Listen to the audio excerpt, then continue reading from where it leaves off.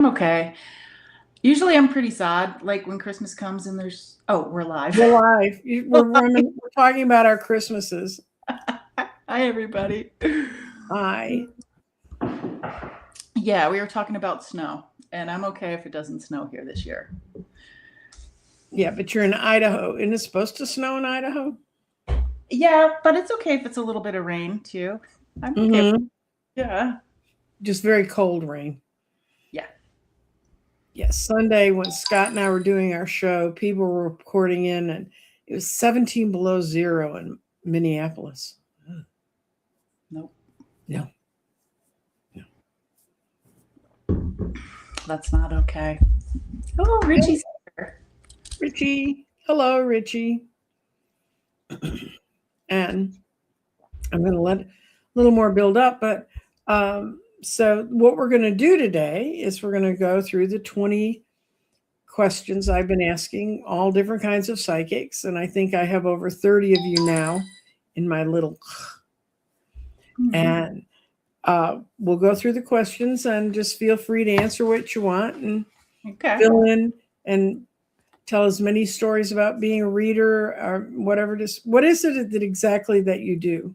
That's a very, very good question. Whenever somebody's just like, "What do you do?" and I'm like, even Richie, I'm like, I don't know what I do. But yeah, I have a language that emerged in Sedona, Arizona 10 years ago. So Mm-hmm.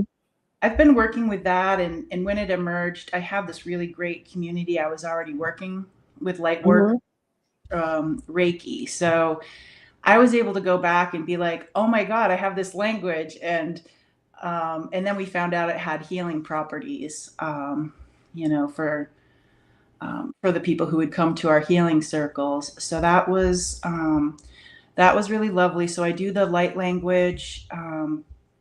I also am like a physical empath where I can feel things physically for other people.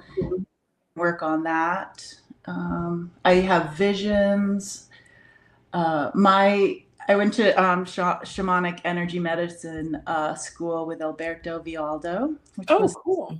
yeah, that was a dream come true. It happened in he has classes like in 4 different places around the world, and he just Mm-hmm. like going to my favorite place. And I had a I had a small RV camper, and he was at Joshua Tree, and I got to camp Oh, out at Joshua Tree, and yeah, every day from like when the sun came up to after the sun went down, it was just all like playing with energy and learning this and learning that. And it was amazing for a whole month. Whole woo. month. Yeah. So, Yeah. So I do some of that. That's mostly like contract work. Um, but yeah, I mix everything together. I'm a Reiki master. But yeah, when someone you can see on my YouTube channel, one of my favorite things is to help people when they have a gift come up, like emerge, and they don't know. mm-hmm. Um, I really like I really like being there for them because, like, for instance, if you have a light language, it's spoken, and there's so many dialects and sounds and harmonics. Mm-hmm. If you don't have some of these people that are having this happen, they don't have a spiritual community yet. Or if they do, they're a little bit nervous, Yeah. to like speak it. And I don't know about you, but I've just been noticing like the brave ones stepping forward. They're just like, okay, this is my authentic self. So here Mm-hmm. with it. I'm here. Yeah. Okay, well, we're going to start with we've got enough people in the chat now and watching us that we're not going to leave a lot of people in the dust. Okay. Um, when did you first realize you might have psychic abilities? Actually, when I was a kid, I would have night terrors because I thought somebody was watching me. And I was just talking to my mom about this. She had it when she was growing up too. And then one time I saw somebody at the foot of the bed, which just scared me. He like had a knife, super scary. And at that moment, I think I pretty much shut it down Mhm. because I was just a kid. And And then, I'd shut it down if I was an adult. What do you mean? yeah, I can be a huge scaredy cat with that stuff for sure. But yeah, that scared me. The night terrors, just where you like can't move and you don't want to breathe, and that slowly went away. But then I got into Reiki, and that was the gateway into so many different things. It was my I started growing like my spiritual community. Mhm. Then it just went from there. Yeah, Reiki's definitely a gateway drug. Yeah, it really is. I loved it. Is there a single aha moment for you, or did your things kind of gradually build over time and you learn how to accept them? Um, it's a really good question. I would say that things came in things came in pretty hot. Like Mhm. boom. Like when I got my first Reiki attunement, which I recommend for everybody because it's not a huge time thing and it's not a huge amount of money, and then you can work on yourself. And Mhm. so I got my attunement from this group of like this in this group of my spiritual friends, and so it was familiar. And the people graduating were the ones giving the symbols and the initiation. Mhm. So they went around and did it, which was great. And then the owner was like, "Well, you've all paid for this, and so I'm going to also give you the symbols." Mhm. No, it was a double whammy. And I went home, and it was like Mhm. so it went from like not that to like this fire hose of energy, and I had like an energy hangover the next day. And from that moment, it was not all unicorns and rainbows. It was. Did you ever have any ascension symptoms when you started? Oh yeah. Yeah. 5 years ago, I ended up on a heart monitor because I thought I was having heart attacks, Yeah. and he at the end, fortunately, I went to a cardiologist whose aunt is one of the largest astrologers in India.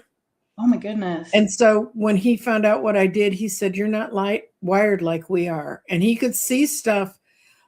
Among other things, my machine went off in the middle of the night, and they called me the next morning and said, "Why did you take the thing off?" And I said, "I didn't." And they said, "Well, something must be wrong with it." So I had to send it back in, and they sent me another one to replace it. And they said they'd report to me what had happened. And he said, "The machine didn't go off. You left." Oh my god. Yes. And those kinds of things, Yeah. unless you have a really good doctor and when you're working in that world, Yeah.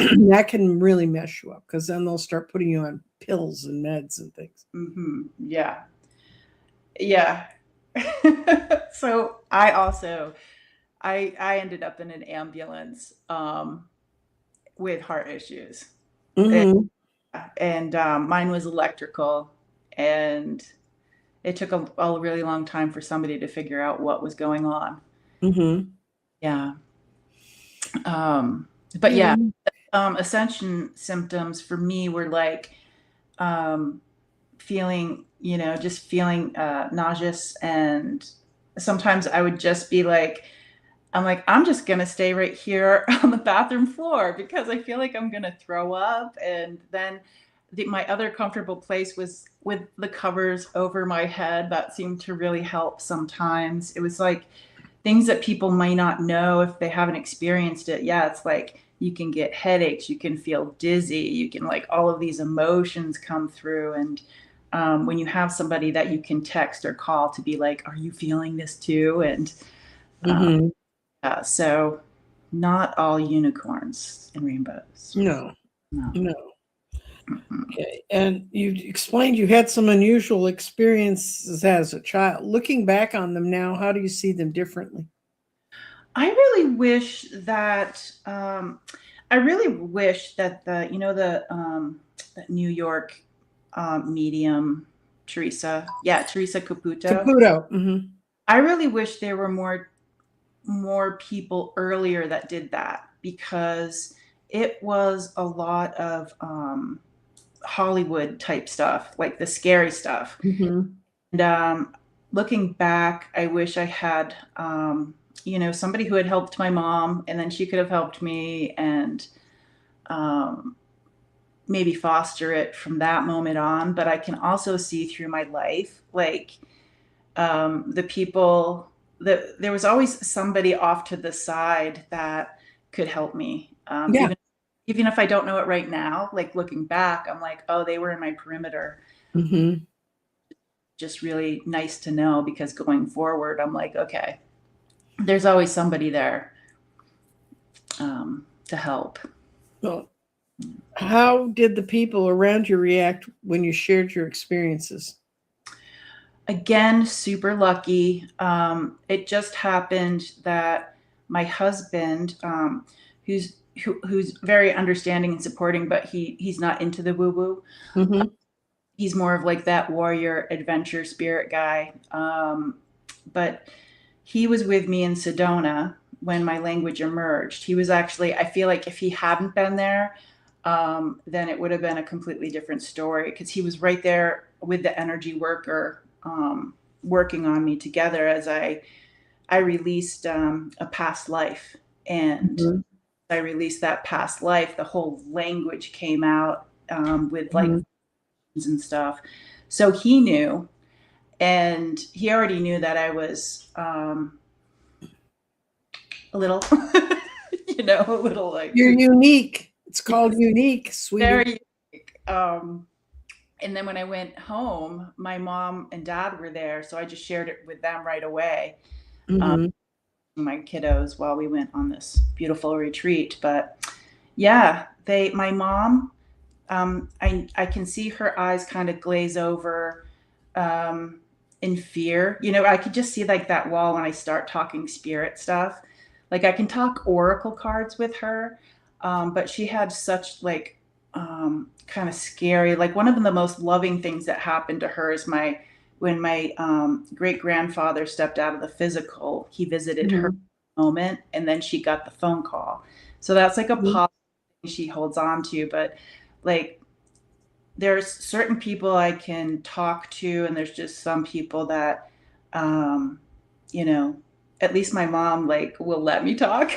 you know, I just actually worked with somebody yesterday who their light languages are emerging, boom, boom, boom, and she was talking about like a really close friend, her mom, a boss, and I was like, wow, you're really brave. Mm-hmm. And she's like, you can't put it back. Like these people who don't accept your true authentic self, and they feel like they need an intervention, like those, you can't put a gift back, when it's you really love it. First of all, and Mm-hmm. feel like, oh, this is who I am. This is what I do. And um, yeah. Did you have anybody who was like? Did you have any issues with that? Um, Weirdly enough, the first person who told me that I was special and that I would see and know things and that I needed to understand that was a Catholic nun, Wow. which is like everybody went to Catholic school. Oh my God, they beat us in the corner for this. Not mine. She told me a whole experience she had as a young nun, and a spirit showed up for her and it told her that she'd succeed no matter what.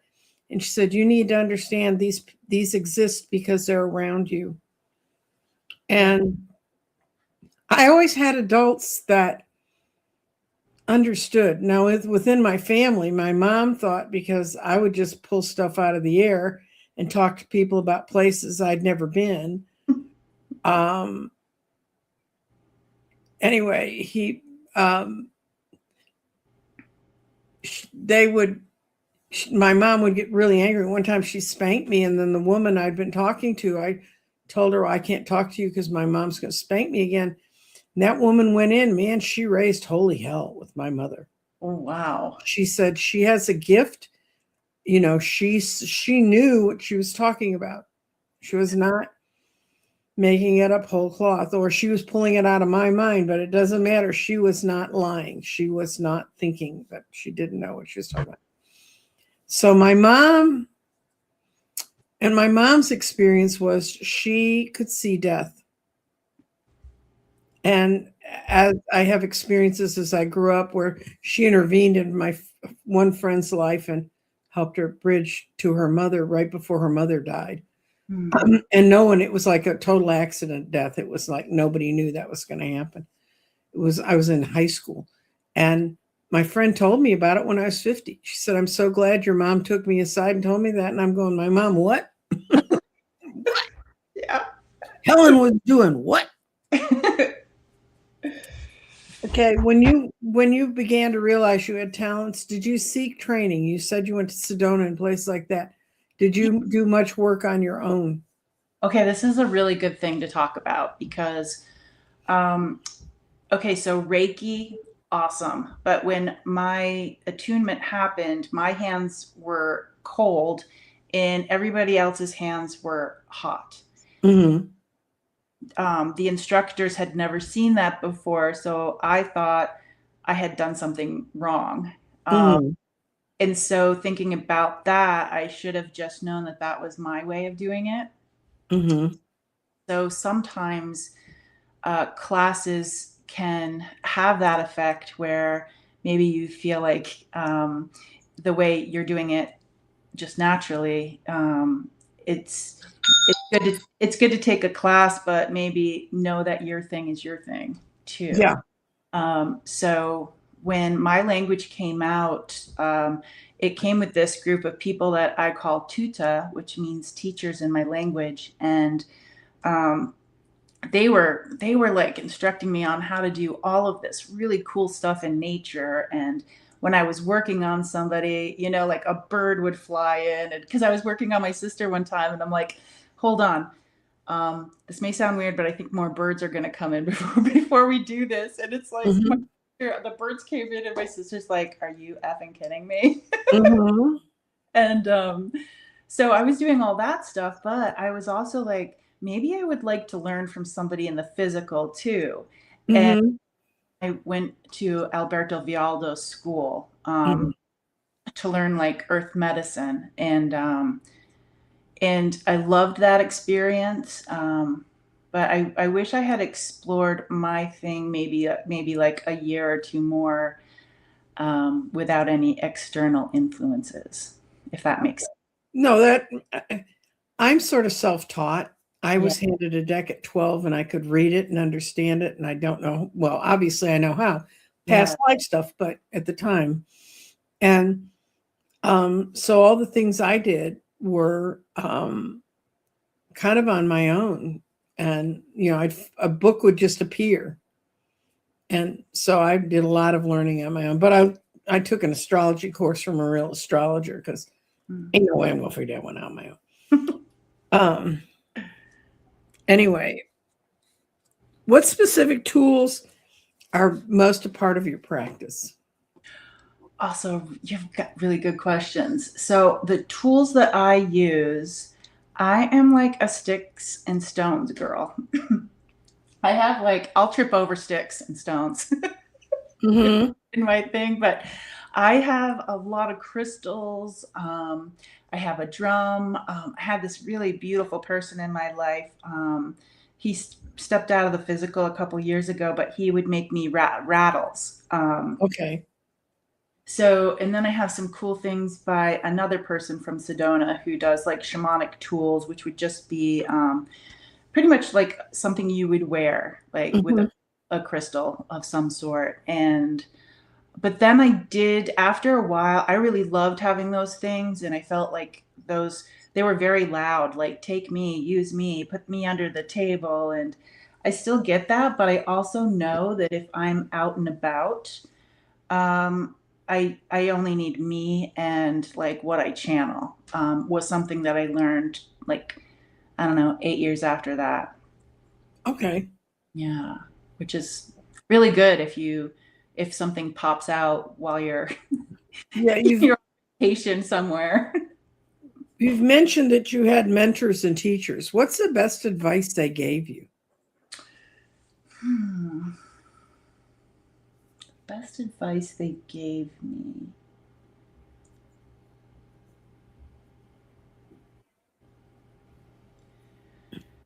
I think it was just the really, really listening and helping me foster things.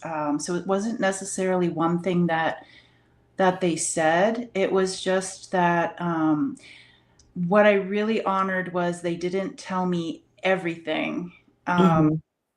so I guess the biggest thing for mentors was the discernment of like what would help me and to hold back on some things until I'm like, aha. Guess uh, what happened? Yeah, we were expecting that. yeah. Okay. And how did you learn to tell the difference between psychic impressions and your own imagination? Hmm. How do Yeah, like how do you feel like you're not crazy when you have another language come out? You're just like, wait a second. That would do it. Do I need a doctor? Like Hmm. what's happening here? What is the difference? I guess it's just Um, the knowing and then having like your community. Like I did not experience visions or any of that until when I was in Reiki. I took Reiki 1, I took Reiki 2, and for the people who are like caregivers and helpers, I call us the first responders. Like if we hear something, we're like, "What Hmm. do you?" And so Reiki 2 is when you get the long distance symbol, so you can help your family who lives in another part of the world. But yeah, the I'll probably forget what I'm talking about. What was the question? Okay. The question was, how do you tell the difference between psychic impressions and your imagination? Yeah. So we started this class. My teachers taught Shinrai healing, and that helped foster the difference because there would be like the Reiki energy chair, and then there would be the psychic chair.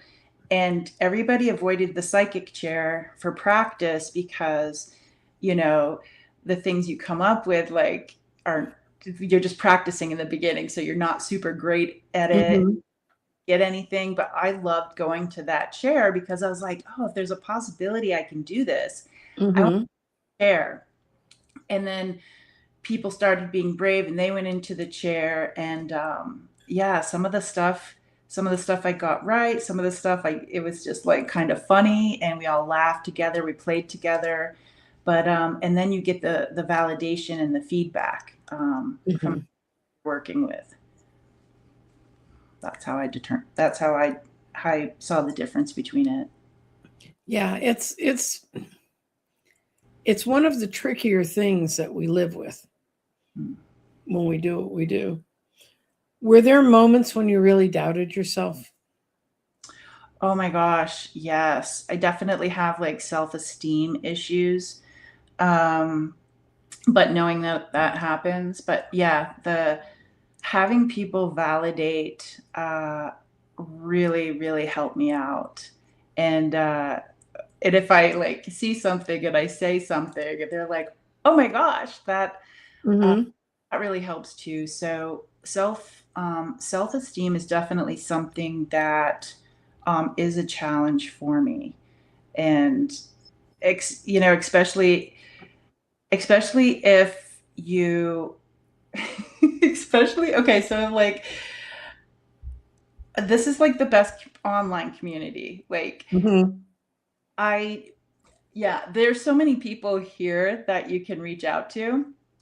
So that part is lovely and I look at the people in my life and I'm really fortunate for the online community because I've met so many amazing people. And it's like they're the ones that kind of balance me out. And, even Richie in the comments here, Hmm. Richie would tell me like these things and I'm like, oh my God, thank you so much. Like, Hmm. really, really helps having, yeah, having people, just say, this is what I felt, this is what I saw. Okay. Hmm. And how do you handle skepticism from yourself and from others? Oh my gosh. So with the self-esteem stuff, I I would get like, I was on Debbie Freebird Spirit's channel. She's my friend. We Mhm. Tuesday, my other friend Nicole and I would like get together and do spirit stuff because we live near. Mhm. And so I was on her channel, and it was fairly new. She had been on YouTube for a while, and she invited me on with my light language. And there was like a really nasty comment, um, and that really hurt. And then I got like another comment somewhere else. It was never on my channel, but it was always when I went on like somebody else's channel, and there would be like a not so positive, like, what is this? Like, I'm gonna watch you anymore if you have this stuff on. Um and then interviews, some interviews, like the comments were really mean, but I just recently, I'm like, you know what? It doesn't matter, because I don't know. I just grew like a thicker skin or something, or realize it's on them and not on me. Like, if that's not their thing, that's fine. Mhm. I'm not for everybody. Well, It's you're the same you're for, much more polite than I am. When people get that kind of nasty, yeah. I usually think it's their own fear, and I just have sympathy for them because to Mhm. live with that kind of fear means you're never going anywhere. Yeah. And not being welcoming of like other things. Like, for me, I know when I listen to other people's light language, not the people who come to me, because I love that, and I tell them, since I'm sensitive to it, they'll speak or do whatever their light language is. It doesn't have to be spoken. It can be all sorts of different things. But I'll tell them how I'm experiencing it, and that's so cool, that collaboration. But if I'm on like YouTube and something pops up with light language, like, some of it's not for me. I'm just like, oh God, no. But other people love that language. It's not my frequency. That doesn't support me. Well, the other thing is one of the skepticisms I used to have was I'd sit down at the table at the wine bar every Tuesday night and I'd set out all my stuff, get all my crystals arranged, light the candles, do all the stuff. Mhm. And then it inevitably went through my head, what if it doesn't work tonight? Yeah, yeah. This is gonna be a long evening. Um, and I'd sit there and I remember the last time I thought that, I Mhm. said, what if it doesn't work tonight? And my guides just yelled in the back of my head, read the damn cards. Yeah, Don't worry about any of the other stuff. yeah, We'll take care of that. You just read the damn cards. So, yeah. It's so good to have that team say that to you. Like, that's the thing too. Like, I went to, Debbie Freebird Spirit, and we're part of like this New Mexico retreat. mhm. My first retreat, being on the other side of it.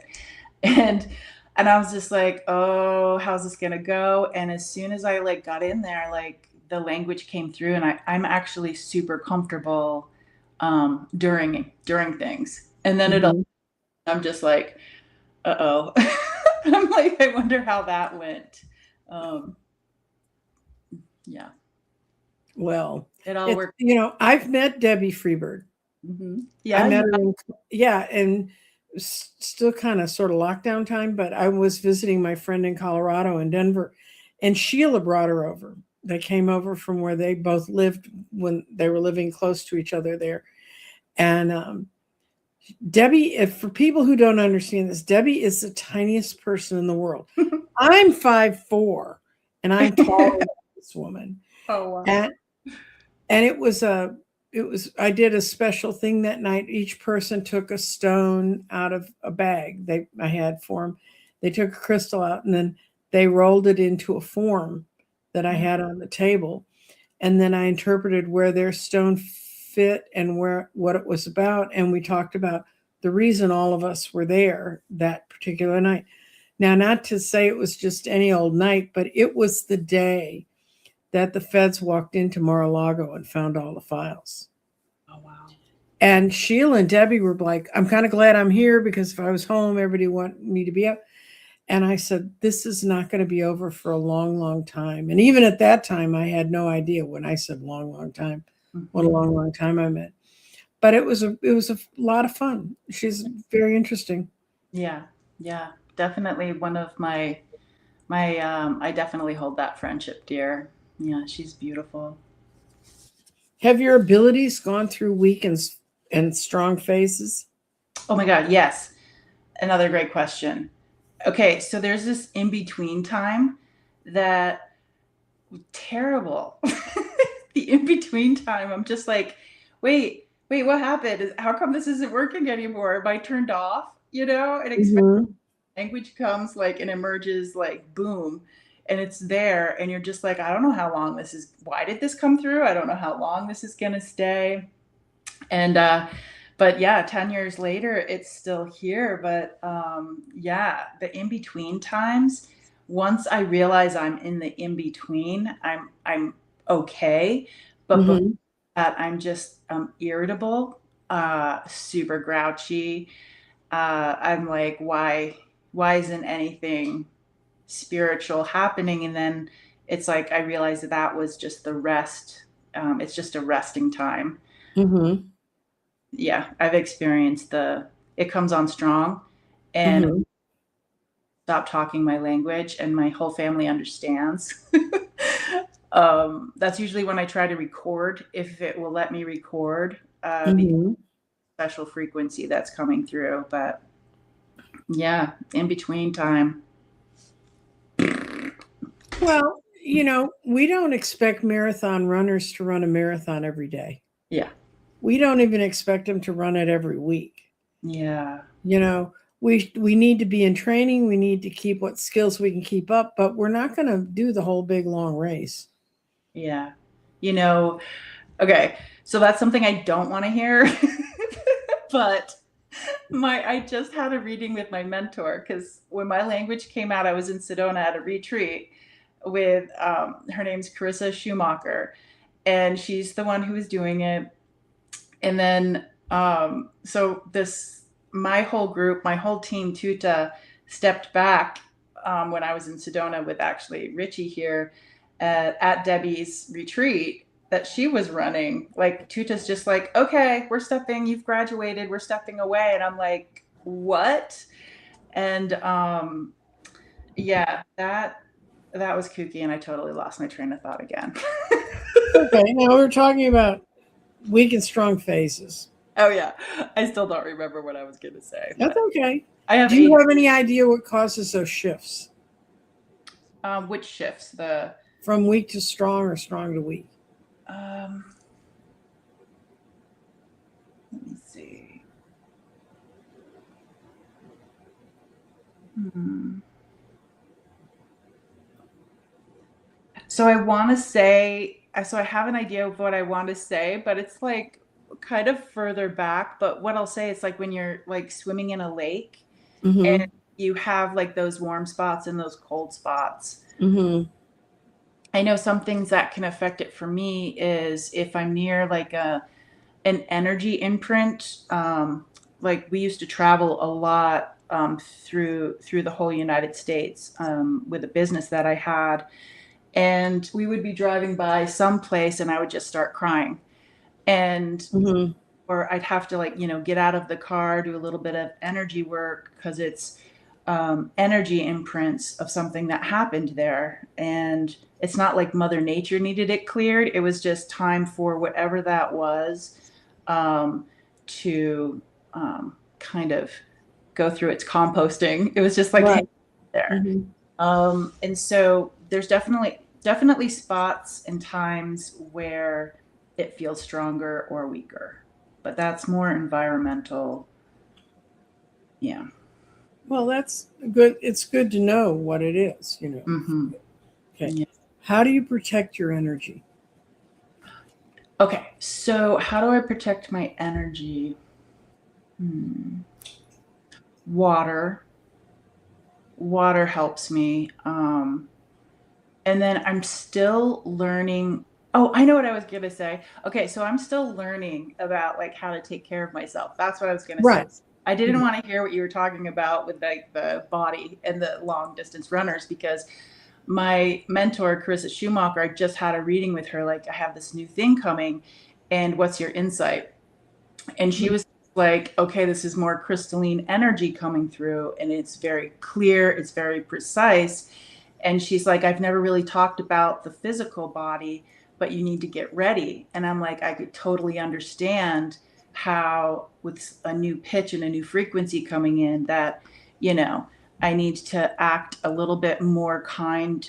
I need to have better choices with my physical and, make sure that when I get tense that I go for a walk or I go sit out by Hmm. a tree and just self-care, Right. self-care, self-care, self-care. But I also really like sitting on the couch. So Well, yeah, and the problem is that the messages come with the vessel. So mm. if we don't take care of the vessel, yeah. I know I don't want my head to explode. Do you have any go-to rituals that help you? Um, I actually feel pretty protected um, without paying attention to it. That works for me. It doesn't work for everyone. Mhm. Um, when I do feel like something's gotten through whatever unconscious thing is surrounding me, um, then I will reach out to somebody to help me. Like I just got a reading when I was in the chat with somebody, and it was Terry and somebody else. Oh, Gail. It was Terry Renner and Gail, and Gail does a lot of the. I think it was Gail, but they were like, oh, there's like, something in my light body, like it needed to be repaired, and Mhm. through and did that. That felt amazing. So um, I don't do the rituals that a lot of people do. Mhm. For me, I don't like find out what works for you out there. Right. Try all the different things and see. You know, Hmm. some people it's holding certain crystals, some people it's holding certain breaths, depends on who you are. Okay, now we're going on to the real reason I ended up sort of doing psychic profiles is what you were talking about is a whole lot of people are waking up Yes. and Yeah. all of a sudden we're here and now what the hell do I do with it? Yeah. And so this next section's more or less about that. And it's our psychic abilities innate or can anyone develop them? I I don't know, but what I will say is when I practiced something that I was really passionate about being involved with, like I loved getting readings, I love energy work.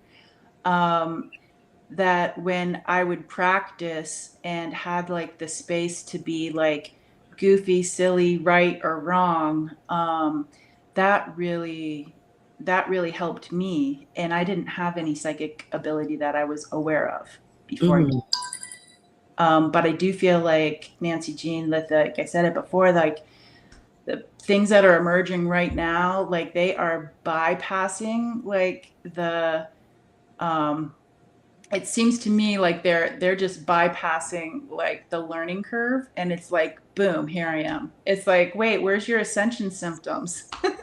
Like, wait, I what? had to suffer. Why aren't you suffering? Exactly. I'm such a little kid with that stuff, like hello. Well, you had bad ascension symptoms, so I did. Yeah. Yeah, that heart thing.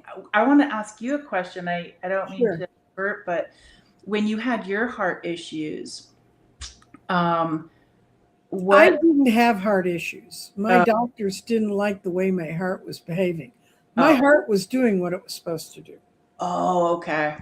Yeah. But you go on and ask your question about because Oh, they ran me. They started at the top, went to the bottom, checked everything electrically within my body. And it was okay. Mhm. Okay, that was just my question because when my stuff came out, it was like a spiritual two by four because I needed to. What happened was because of that, I stepped out of my company um, because it was stressful. It was on the road and just very busy. It was like we were food vendors at large outdoor events like Bonnaroo, Coachella, NASCAR even, and it was like we had to hire 100, like 100 people for the event that we've never been around before. You have to Mhm. show them everything and um, prepare. It was just very stressful. It was stressful. It was fun, but it took a toll on me. And so once my heart issues came around, I let go of the past life that I had with the Trail of Tears, the language emerged, and that was my spiritual two by four. I stepped out of something that I probably wouldn't have stepped out of. It changed. That works. Yeah, it changed my course. And how has your work changed your worldwide view or your beliefs about life and death? Yeah. So when my language emerged, it I was aware that it was not for humans, but it would work with humans. It Hmm. was mostly for the earth. Something about a crystal, which just emerged 10 years after my language came out, like Hmm. with this crystalline energy. And I had this feeling they were telling me like we come in at the end, and I'm like, and most of the readings that I would get from my mentor at the retreats were like, I was like, oh, I got this vision of this tree with black bark and gold leaves. And they're like, oh, yeah, that's like an end of the, like the end of the world stories. And I'm just like, why the hell am I keep getting this? I'm like, I am Hmm. not the end of anything, girl, you know? And Hmm. so I really had to struggle with I I'm going to stay tight-lipped because I don't want chaos and this and that. And then finally, with the help of somebody, it was this really cool machine that like this light went on your third eye. I forgot what it was called, but I saw like all this geometric stuff, like the stuff behind you, all these Hmm. colors and shapes. And but then at the end of it, I saw like chaos and ruin and earthquakes and fires, and I saw a hand reaching out to help somebody. And I'm like, oh, we already have chaos. Like, it's already here, JJ. And it's like Hmm.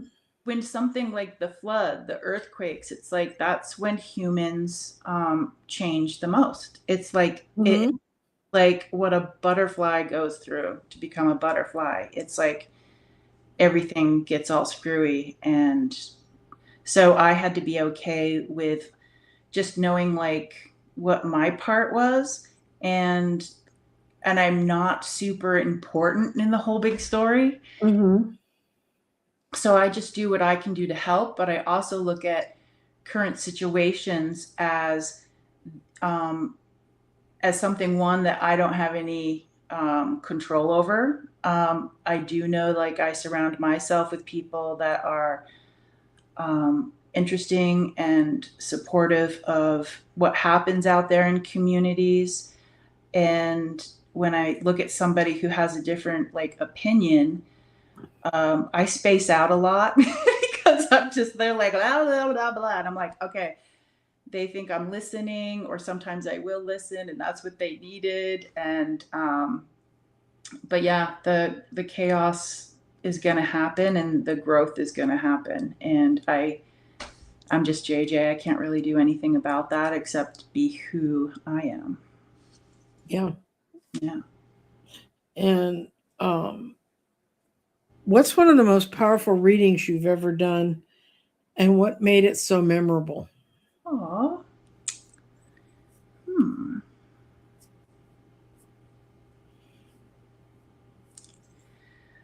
The most powerful readings. Hmm.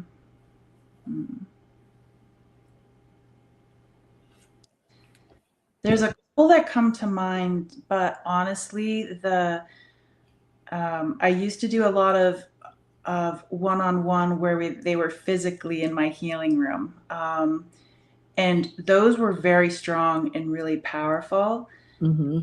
That it could be done with this online community as well. Like my favorite, most powerful thing is when um, you can see it's the same thing with like the Long Island medium with Teresa, and you see like that moment where like the energy or the message really helped their inner healing happen. It's just that moment of like, oh, okay. It's not like I did that. It was like I channeled something that might have had a frequency that helped them and their frequency. Mm-hmm. Those are the most potent, most powerful. And why I do this is because the person receiving it gets to have like the most amazing healing. It, it's the best thing in the whole wide world. Good. Yeah. And how do you deliver sensitive or complex messages? Do you have a strategy when you're going in and you're Yeah. going, how do Yeah. you get that one? Oh my God, I had to do that. I had to do that because I'm just like, I can't be all unicorns and rainbows, you know? Mm-hmm. And so whatever I say it exactly as I see it now, because I would try to sugarcoat something I was seeing, and that wasn't the message that was popping out. Now, there's also the discernment that I really appreciated that my mentors had. So I just check it out and see, like, um, I don't try to like, um, I don't sugarcoat it. What I see, like I just told somebody the other day in an online reading that, I see yourself in prison, and why did you lock yourself away? And that might they understood it. But if I had tried to sugarcoat that, like, oh, just find the key, but I'm like, Mm-hmm. no, I think you like being locked up. And I think that's probably appropriate for you right now. And You don't want the damn key. yeah, you don't want the key, And so yeah, one time I was in a pickle where I had two people I was reading for, and it got a little sticky with like the love relationship stuff. And I'm like, you know what? They asked me, I'm gonna tell them. And again, it's not me. It has nothing to do with me. I So know. yeah, Brave person, you're reading couples together. Woo. only that once. You learned. I did. Yes, I did. What advice would you give someone who's just starting to explore their gifts? Community. Definitely. If you guys are here and you're seeing us talk right now, you're already a part of it. Um, I learned a lot from being in the chat. Um, and I would be listening to like the people that were on the screen, but I was also became friends with the people in the chat. And Mm-hmm. and yeah, it's have your people. Definitely have your people. If you could have your people like where you live physically, that's awesome too. But if you're like a hermit or I have a lot more online friends than I do here in the physical. I mean, here where I live. Yeah. Yes. We're not talking about the ones on the other side. No, no. I'm only friends with people who are spirits. What do you wish you had known earlier? Which I had known earlier. I really wish, like, I love the question of like, what would I tell my younger self? And Mm-hmm. I wouldn't tell my younger self like what's coming because I just wouldn't do that. But what I would say is that you're going to go through some times where you feel really lonely, um, because I feel like I didn't really understand humans. Like in high school, I was so scared in high school. I loved learning, but like the whole social thing, not for me. I wish I had been homeschooled, but I needed to do that. I dated some people who were not the best for me, but it got me to where I needed to be. And so I would just tell my younger self, like, yeah, you're going to go through some ups and downs. You're going to be really lonely, even though you're like around people. And just know like it gets better, is what I would say. Yeah, I think say that to any teenager. That's Yeah. a pretty firm promise. Hmm. Any daily habits or exercises you recommend? I'm just really terrible at that, Nancy Jean. I'm not one to give advice to I'm not, anybody I about. don't do that either. People say, "Oh, go meditate," and I'm thinking about all the times I started to meditate, and I went, "This is BS. I'm not doing this right now." I guess, yeah, I guess that's the answer is like find what your thing is. Hmm. I'm like squirrel, I can't med. Hmm. But I do know when I listen to, I have my silence headphones, and I'll Hmm. do like, there's like a couple artists that really help me like turn everything off. And for me, turning everything off is important. Like I'll go, some of my favorite stuff is swimming. And that means like when I'm underwater, You uh, can't I hear. can't hear anything. It just is dense and I can't hear anything. That's good for me. Okay. You've been to several different courses and classes and stuff. How would you explain to someone to find a trustworthy psychic community or mentor? I'm sorry about the ice machine in the Sorry. background. That's my daughter. But she lives here too. Okay. Let's see. Wait, what was the question again? Like, Okay. That Thanks, Casey. How can someone find a trustworthy psychic oh, community or mentor? I think that if you're here and you're already watching this, you already have a good idea. If you're looking for somebody, go to their YouTube channel, watch a couple of their videos. You can even reach out to some people in the chat and be like, "Hey, I really like this person. Has anybody here gotten a reading?" And those are Mhm. um, the best and most honest is some people who um, have had help. Mhm. Like I said before, like my light language and other light language that I've seen on YouTube, um, that wasn't like the frequency for me. So definitely go to their YouTube channels and see if that's helpful. That's Right. what, yeah. Well, just use your own instincts. This Mhm. is where you tell what's my psychic impression from what's my imagination. Yeah. Yeah. And plus, there's some people that I really love. And Hmm. like for the mini readings in the chat. Um, but there's also some people I know that could help with what I'm currently looking for Right. more than others. What's Like the biggest, I would say, Nancy Jean, like reach out to several different kinds of people. or go through all the psychic profiles and see what their answers sound like to you? What's the biggest lesson you've learned on your psychic journey? Trusting myself. Yeah, trusting myself, letting go of the things that I have no control of, and yeah, just really trusting myself. Okay. Yeah, That's the end, sweetie. we did We did it. it. Another psychic made it through and didn't die and burst into flames or anything fun. Yep. Yeah. Well, I thank you for this opportunity because when I was learning, we didn't have this, and learning from everybody's story really helps me. Mhm. Yeah, the in between does suck.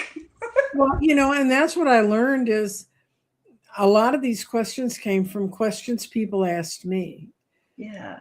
And after my experience last June of deciding to stay or go, one of the things they said is you need to help other people understand the Yeah. community because I'm one of those people. I am one of those people in life. This is really true. I was standing in a grocery line on a Sunday night, just trying to pick up a couple things to take home. And this woman walked up to me and she said, I don't really have anyone to talk to, but I don't think I want to stay here. And I said, this happened to be a grocery store that had a little dining room area. So I Yeah. said, let's go up here and talk. So, and I've been going to this grocery store since it was built. So I just told him, watch my basket, throw it in the freezer, I'll be back. Yeah. And I went upstairs and talked to her and ended up talking to her about why she came up to me. Did I look like someone I was trying to figure that part out. And then finally I got who she was. And I said, look, we're going to call someone from your family. And she had a sister who came and was fortunately the good sister, not the judgmental one. And she walked her out, and it came up and thanked me kindly. And I said, because by the time we talked for a while, she realized she really didn't want to stop being. She just didn't want to be where she was right now. So many people. Yeah. And so, but that's been my whole life story is people come up to me and just start telling me crap that, I'm like, really? I used to be part of Crime Watch for the city of Dallas, and I was talking to a sergeant that I knew really well, and he said, we should have turned you into an interrogator. Because they would have just said, oh, this is a safe place, and they would have blah. Yeah. That's But actually a really good idea. Put those people in the interrogation. I can tell you from being in police stations and particularly in visiting the county jail, I will never go in another jail again. That Mm. place was so spooky and haunted, and something tried to jump me. It was just awful.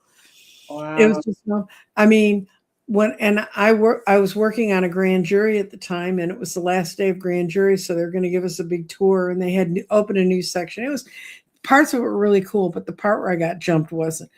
So I came back, and in the back of the grand jury room, we had our own bathroom. Um, and I had brought a big thing of lavender soap in there. And everybody would come in, after a while, and we'd hear testimony, and we'd all come back there. We'd all be washing our hands, getting that off. Yes. Yes. If you ever get a chance to do that, even if you're psychic, it's a lot of fun. It's, it's interesting. You will learn a lot about yourself and about your fellow creatures around you. Yeah. Yeah. And I, Or yeah, or I could just hang out with a tree. yeah, go talk to a tree. Gonna hang out with Trees are different. I have my tree. I talk to my ley line tree, Hogarth.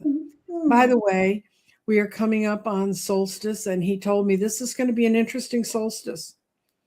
Okay. And he knows because last time he told me that the line leading up to his tree tripled in width. Oh So my. Then what I would sex. Just have sex. you're going to have sex with your tree. I'm sure your neighbors are amused. It's it gives like never mind, I'm not gonna go there. I'm like a 12-year-old boy. But what I was gonna say is with those feelings for the sensitive, I meant to say sensitive people here, is there's lots of gatherings online. Go gather with some people. um, Mhm. yeah, it's really important, and then go have sex. That's true. Yeah. It's a Not with lovely thing. free.